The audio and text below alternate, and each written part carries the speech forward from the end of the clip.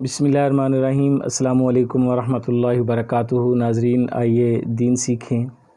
आज के क्लिप में सूरज ग्रहण से मुतल्लिक़ चंद गुज़ारिशात आपकी खिदमत में अर्ज़ करना चाहता हूँ। चाँद ग्रहण या सूरज ग्रहण ये अल्लाह ताला की निशानियों में से एक निशानी है। साइंसी एतबार से जब सूरज और ज़मीन के दरमियान में चाँद आ जाए तो ऐसी सूरत में सूरज की रोशनी ज़मीन पे कम पहुंचती है, जिसे सूरज ग्रहण कहा जाता है। जबकि शरई एतबार से रसूल पाक सल्लल्लाहु ताला अलैहि वसल्लम के आमाल से ये नज़र आता है कि सूरज ग्रहण और चाँद ग्रहण अल्लाह ताला की निशानियों में से एक निशानी है।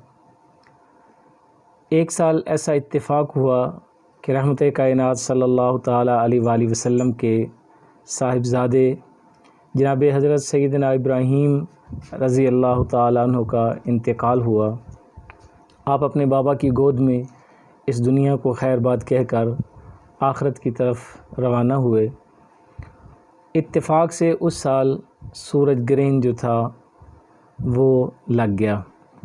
तो ऐसी सूरत में लोगों के यहाँ ये बात मशहूर हो गई कि ये इस वजह से सूरज ग्रहण लगा है कि नबी पाक सल्लल्लाहु ताला अलैहि वसल्लम का साहिबजादा जो है वो इस दुनिया से चला गया है।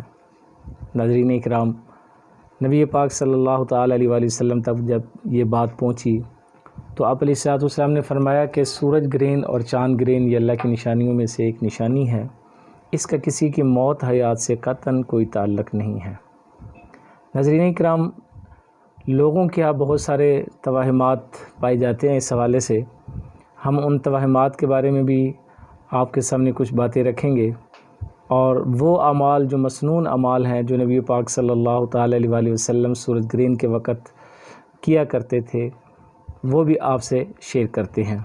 नाज़रीन इकराम, नबी पाक सल्लल्लाहु ताला अलैहि वसल्लम का ये अमल था कि आप अलैहिस्सलातु वस्सलाम कुछ सदका फरमाते, ज़िक्र अज़कार और तस्बीहात में इजाफ़ा फरमा देते। आप अलैहिस्सलातु वस्सलाम तौबा इस्तिग़फ़ार में इजाफ़ा फरमा देते और आप अलैहिस्सलातु वस्सलाम नमाज अदा करते। जो इस मौका पर नमाज अदा की जाती है उस नमाज को नमाज कुसूफ़ कहा जाता है। ये घर में औरतें पढ़ें, आम नफल की तरह पढ़ेंगी।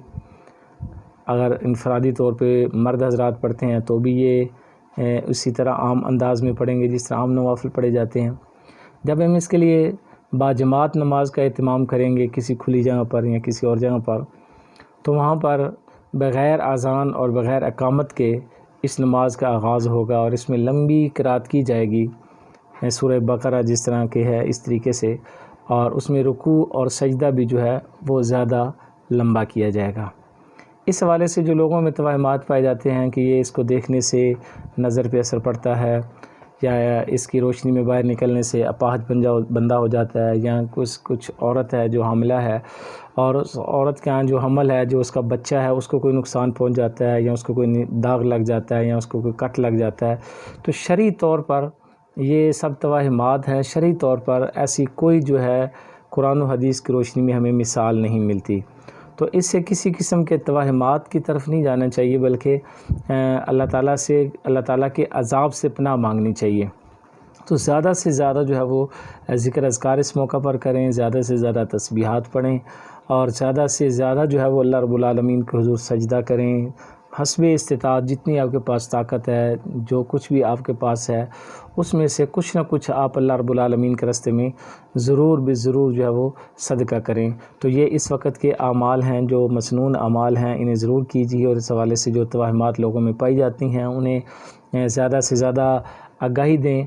और इस आगाही के लिए मैं आपसे गुजारिश करूँगा कि आप हमारे चैनल को ज़रूर सब्सक्राइब करें, इस वीडियो को ज़्यादा से ज़्यादा शेयर करें ताकि बहुत सारे लोगों तक जो हमारा पैगाम है दीन का वो पहुँच सके। बहुत मेहरबानी होगी।